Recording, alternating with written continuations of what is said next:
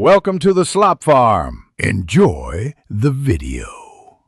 In this video, I will explain how to replace a G-tube using an easy method.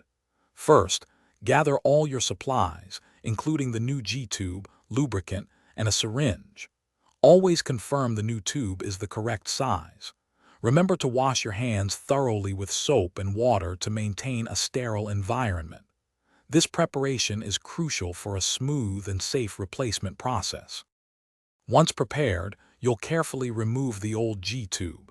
Begin by attaching a syringe to the balloon port and fully deflate the balloon. Then, with a steady hand, gently pull the old tube straight out from the stoma. Take a moment to inspect the stoma site for any redness or discharge, which could indicate an issue. Now, for inserting the new G-tube. Apply a generous amount of water-soluble lubricant to the tip of the new tube. Gently guide the lubricated tip into the stoma, using a slight rotating motion if needed. Once fully inserted, attach a syringe and inflate the balloon with the specified amount of sterile water to secure it in place. After insertion, gently tug on the G-tube to confirm the balloon is snug against the stomach wall. Clean the stoma site thoroughly with mild soap and water, then pat it completely dry.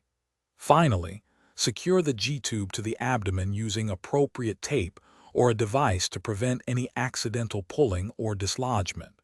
You've successfully replaced the G-tube. Thanks for watching. Consider subscribing if we helped you today.